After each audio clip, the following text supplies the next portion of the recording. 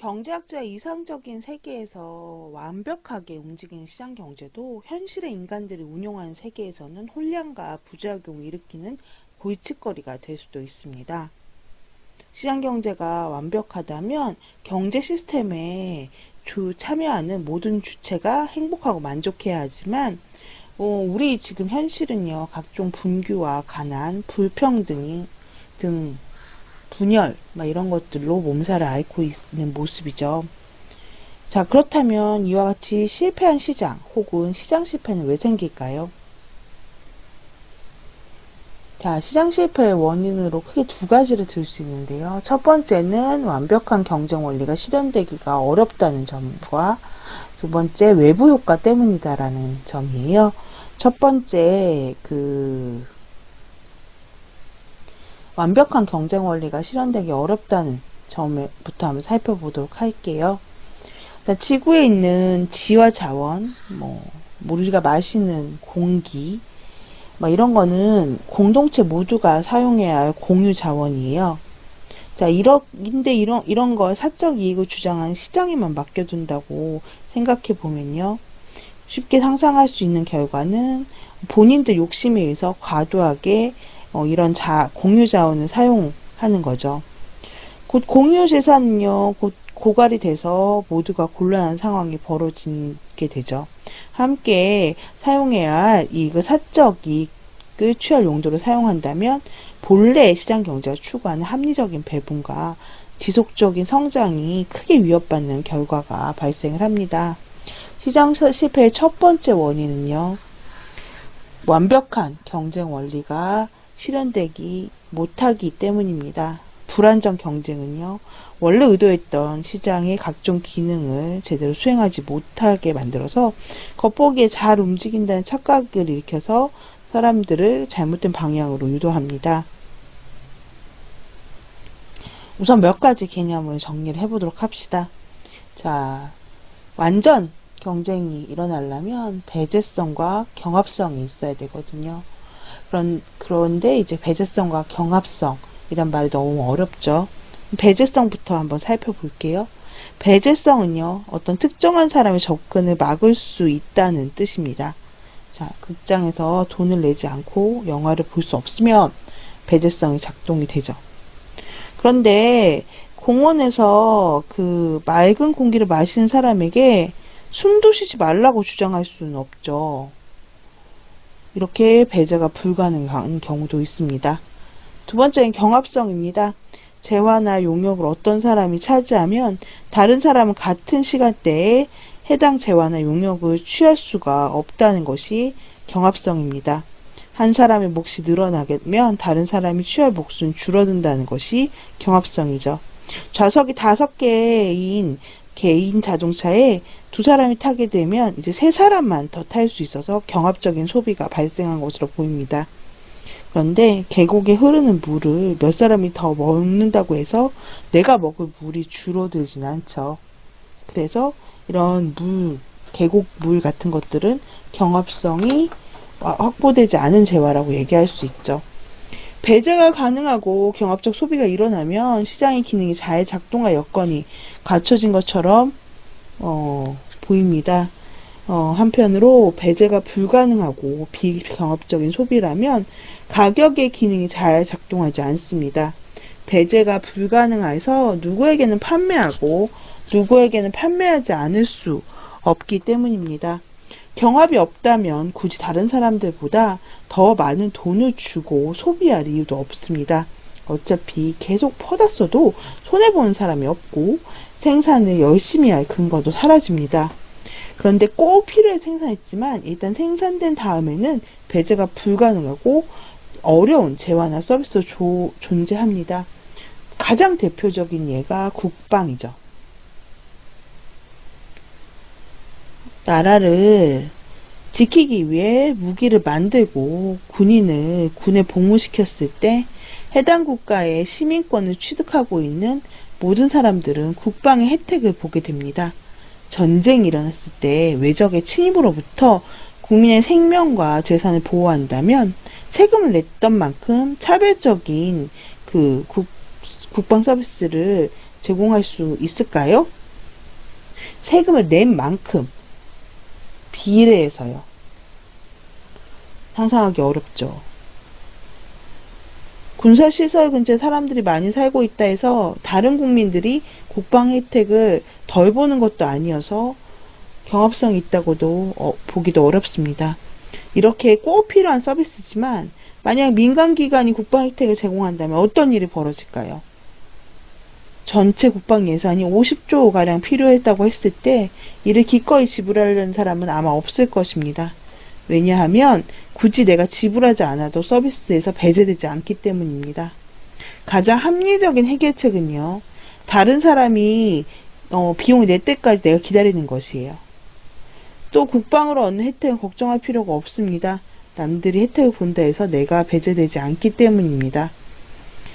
자, 많은 사람들이 국방 혜택을 보아서 이제 10달만 국방 혜택을 보고 두 달은 1년 중에 2달은 혜택이 없어요 라고 한다면 기꺼이 비용을 지불하고 국방 혜택을 보기에 노력하겠지만 사실상 이렇지 못하죠.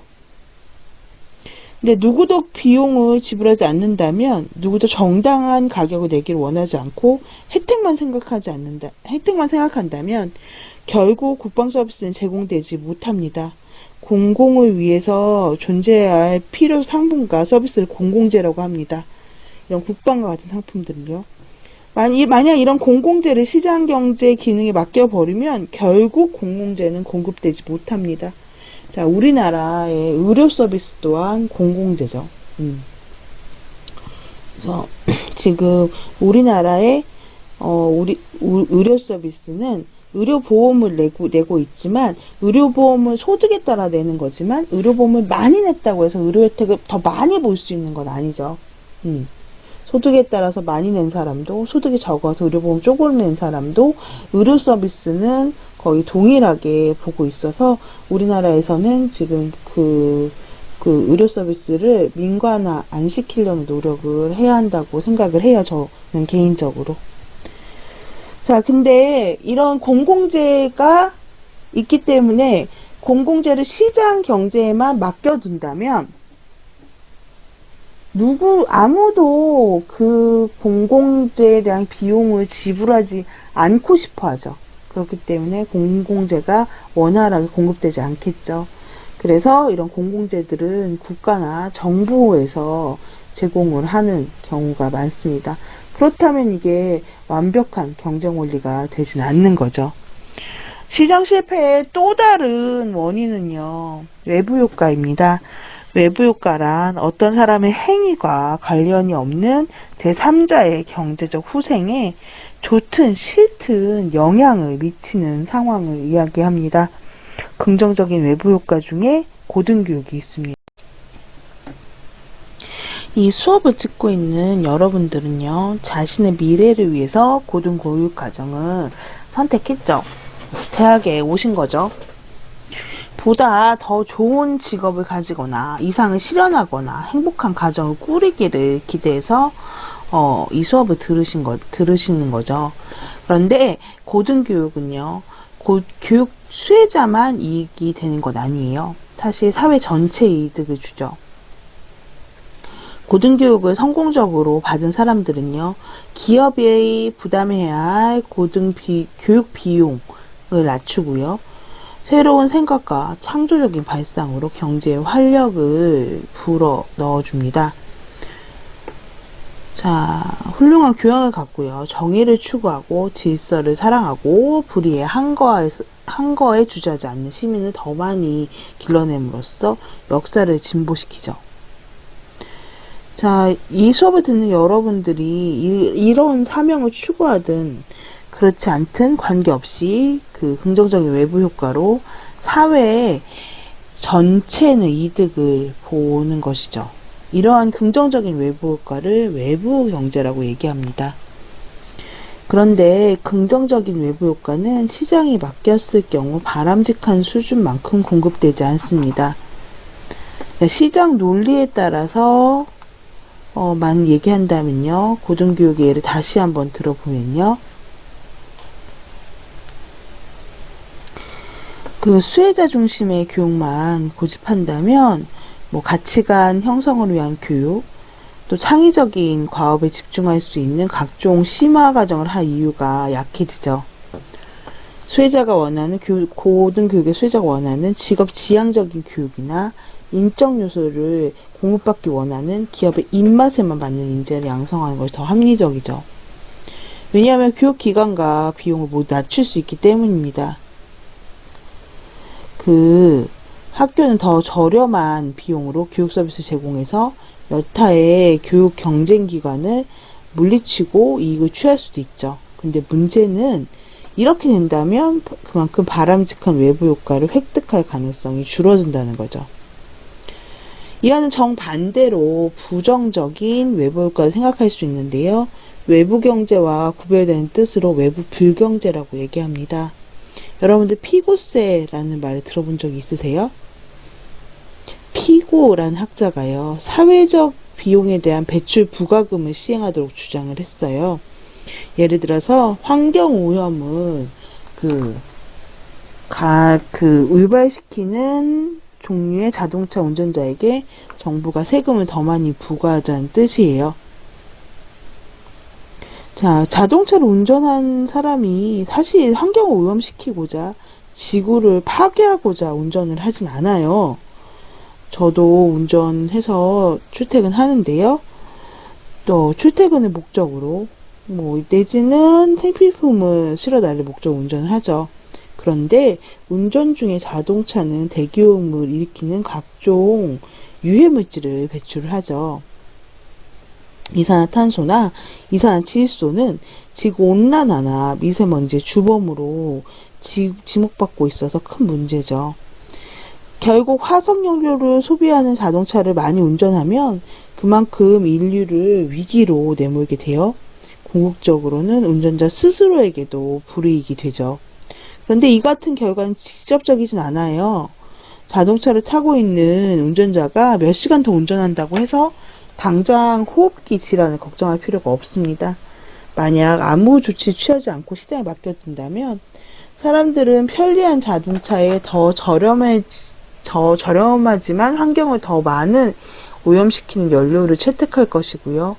공급업자들도 원가를 올릴 우려가 큰 배기가스 저감시설 설치를 서두르지 않게 되는 거죠. 그래서 우리나라에서도요, 경유가 휘발유보다 좀 더 유해물질을 많이 배출을 하거든요. 그래서 경유 자동차에 대한 더 큰 세금을 부과하고요. 휘발유에 비해서 경유에 주류세, 그러니까 기름에 부과하는 세금 비중이 좀 더 높이 부과하고 있습니다. 시장이 완전한 경쟁 상태에 있지 않다는 증거는 쉽게 증거를 찾을 수 있어요. 사실 이동통신사 수가 우리나라에 몇 개나 있어요? 알뜰폰까지 해도 5개 정도밖에 없죠. 또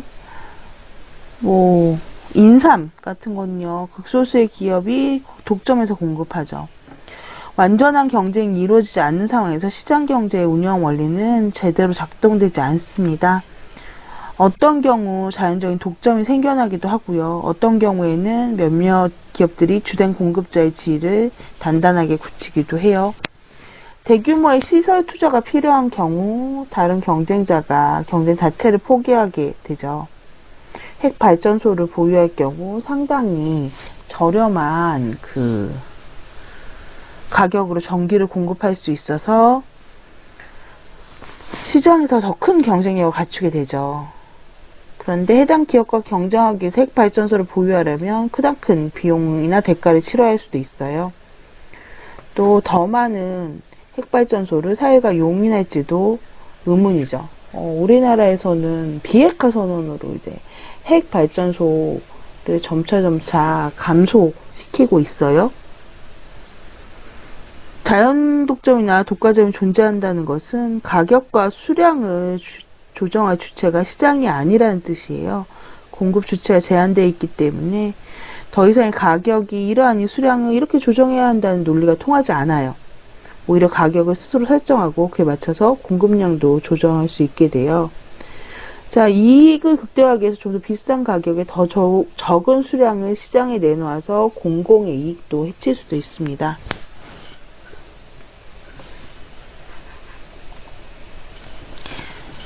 경제 주체들 중에 어느 한쪽은 충분한 정보를 가지고 있지만 다른 한쪽은 그렇지 않을 수 있어요. 이를 비대칭적 정보라고 얘기해요.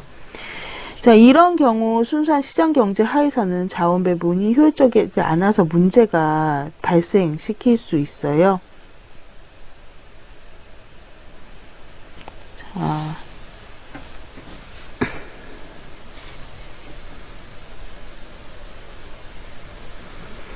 만약에 모두 자동차 보험 한번 생각해 보시면요. 모든 수리 비용을 보험사가 다 물어준다면 부주의한 운전 태도로 방해하는 결과가 생길 수도 있죠. 이와 같은 도덕적 해이는요, 정보의 투명성을 높이고 성실하게 계약을 이행한 유인 체계를 갖춤으로써 해결을 해야 합니다. 자, 시장의 실패는요, 자유방임 시장 경제의 한계를 보여줍니다. 이에 대한 대응책을 마련함으로써 시장 실패를 줄이는 노력이 있어요. 시장 질서를 바로잡기에 정부의 개입이 광범위하게 필요하다는 주장이 제기되고 있어요. 정부는 세금을 부과하거나 정부의 지출을 통해서 혹은 차입과 각종 규제 정책을 도입함으로써 시장 경제에 참여하는 개인과 기업에 큰 영향력을 행사하고 있습니다. 자, 우리나라의 대표적인 시장 경제에 개입하는 정부 규제 생각해 보면요, 부동산 규제, 각종 부동산 규제들이 있죠. 대출 비율을 LTD, DTD 해서 40%만 준다고 규정한다거나, 아니면 1가구 2주택의 세대에는 대출이 전혀 안 되게 한다는 이런 대출 규제나 부동산 규제, 대출 규제를 포함한 부동산 규제들도 정부가 시장에 개입한 예고요. 마스크 오부제 같은 경우에도 마스크의 공급량을 정부에서 규제해서 수요를 조정을 하는 거죠. 그래서 그 정해진 날짜에 생년월일 끝자리를 맞춰서 일주일에 2장씩만 공적 마스크라고 이렇게 명명한 마스크를 판매하는 것도, 정부 규제하에 판매하는 것도 이런 시장 실패에 따른 정부 개입이라고 얘기할 수 있어요. 자, 이렇게 우리가 살고 있는 자본주의 체제는요, 완전한 시장 경제에 의존하는 것이 아니고 민간 부분과 공공 부분의 경제가 병존하는 형태라고 말할 수 있어요. 근데 한편으로 정부의 개입이 전적으로 바람직한 건 아니에요. 정부 실패란 정부의 각종 정책이나 규제 활동이 결함을 안고 있어서 원래의 정책 목표나 규제 목표를 달성하지 못한다는 것을 의미합니다. 이때 시장의 혼란을 야기하고 경제적인 편익을 왜곡하는 등의 문제가 발생이 되죠. 정부의 개입이 순전히 이익만을 가져오지는 않는다는 거죠. 개입으로 인한 이익이 비용보다 더 커야만 정부의 시장 개입이 정당화가 됩니다.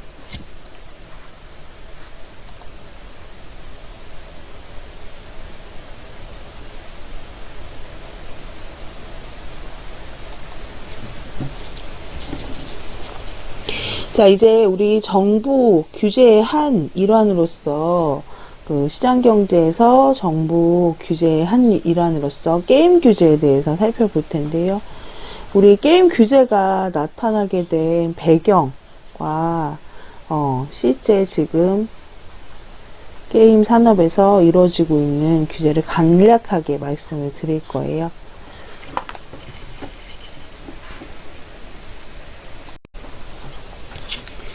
이제 정부 규제의 시장 경제에 대한 정부 규제의 한 일환으로서 게임 규제에 대해서 토의를 해볼 텐데요.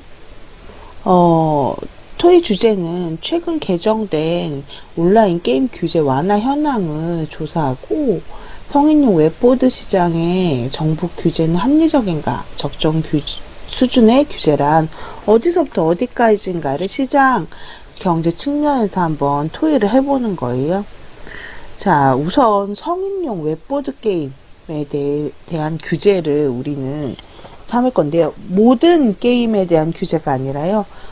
제2 규제의 강도가 센 성인용 웹보드 게임에 대한 규제를 얘기할게요. 먼저 성인용 웹보드 게임이란 무엇인가에 대해 설명드릴게요. 성인용 웹보드 게임이란 하나의 보드판을 만들어 놓고 진행하는 게임을 웹 온라인에서 진행하는 게임이 바로 성인용 웹보드 게임이에요. 게임판 위에 진행하는 게임류로 고스트, 포커, 장기, 바둑 같은 것들이 있죠.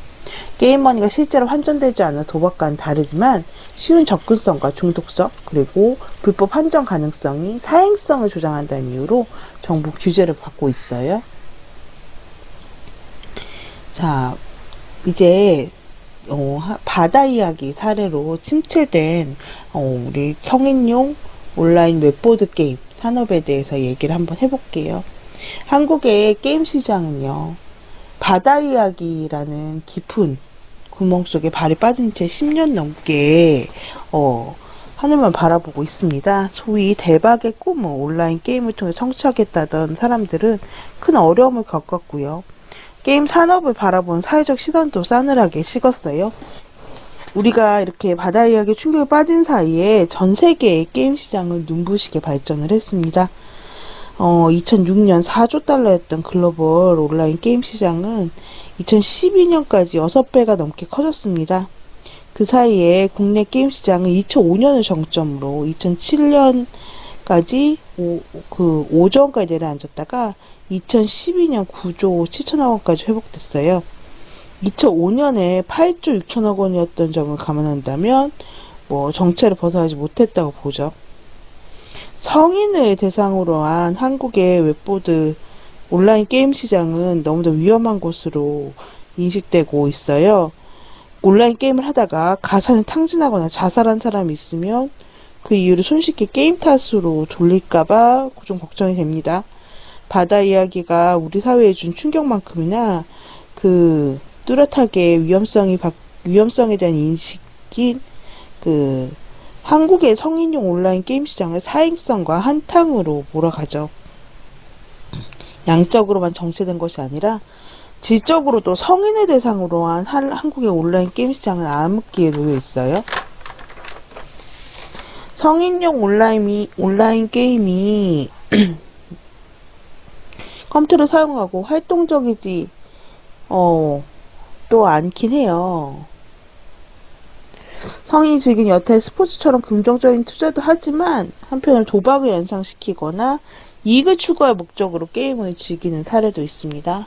특히 성인용 온라인 웹보드 게임은 한국인 정서상 화투나 포커처럼 긍정적인 이익을 취하기 위한 도박처럼 보여요. 이런 외형적인 문제 때문에 성인이 즐기는 온라인 게임에도 규제가 필요하다는 의견들이 있고, 저도 이 의견에 동의합니다. 2018년 1월 일주일간 전국 성인 남녀를 대상으로 온라인 규제에 관한 인식을 조사했는데요. 자,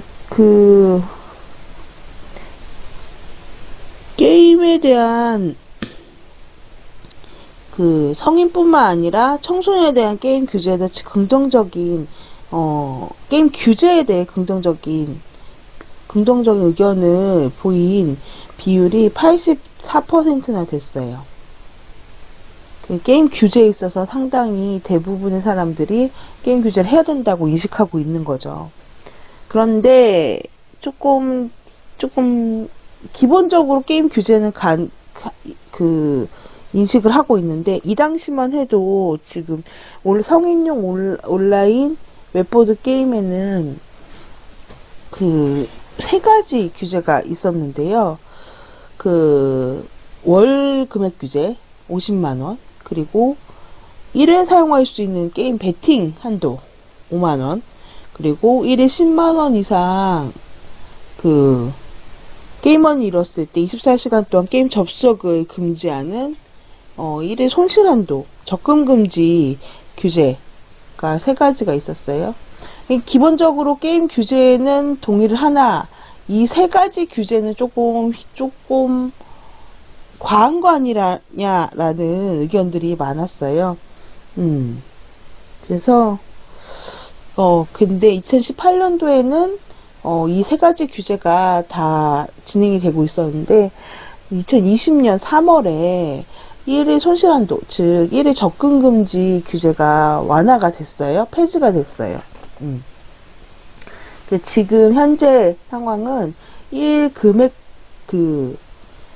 월 구매 한도 50만원과 하루 1회 베팅 한도 한 번에 사용할 수 있는 게임 머니가 5만원이 유지가 되고 있죠. 그러니까 즉 근본적으로 게임에 대해서 규제는 동의하나 게임 규제 방법론적인 측면에서는 상당히 부정적인 의견들이 많았어요. 지금 요 내용이 웹보드 규제 완화안 2014년부터 쭉 정리된 삼성증권에서 정리한 이런 표예요. 지금 2020년에는 1회 손실한도 제가 말씀드린 그 1회 접근 금지 규제가 폐지가 된 걸 볼 수가 있죠.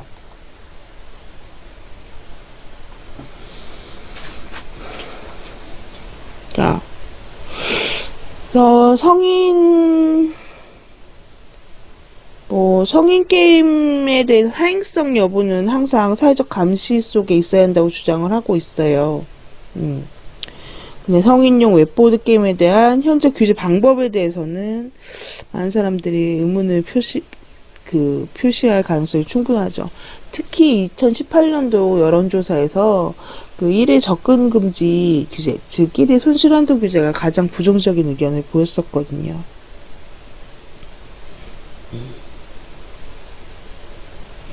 성인을 대상으로 한 온라인 게임 산업 바다 이야기는 큰 교훈을 줬어요. 규제는 필요하긴 하죠. 그런데 정말 적정 수준의 규제가 어디서부터 어디까지인가 지금 이 성인용 온라인 웹보드 게임에서는 지금 아직까지 두 가지 규제가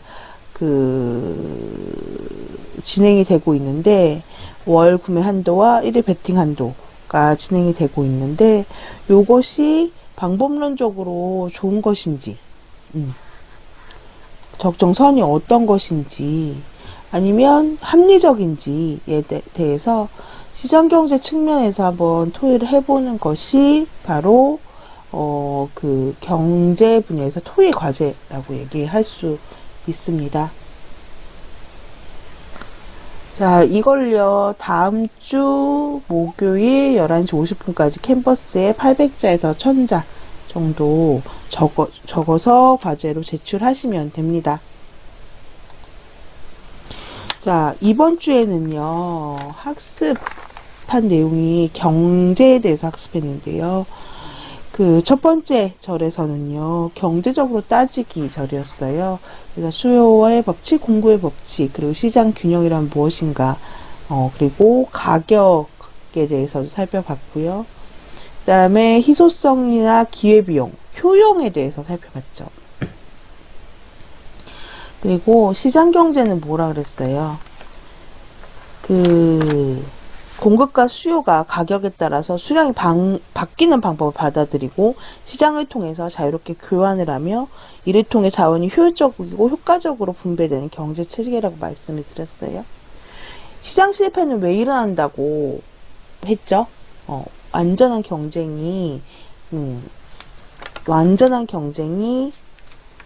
되지 않는 경우 또는 외부 효과가 일어나는 경우 시장 실패가 일어난다 라고 얘기했어요. 이런 시장 실패가 일어나면 일어나기 전에 이제 정부의 개입이 필요하다라는 얘기 들었는데요. 이런 시장 실패를 방지하려는 또는 시장 실패를 회복하려는 목적으로 정부가 개입한 사례인 성인용 웹보드 게임에 대한 규제 방안에 대한 토론 내용을 과제로 하실 것이에요. 네, 여기까지가 이번 주 수업이었습니다. 감사합니다.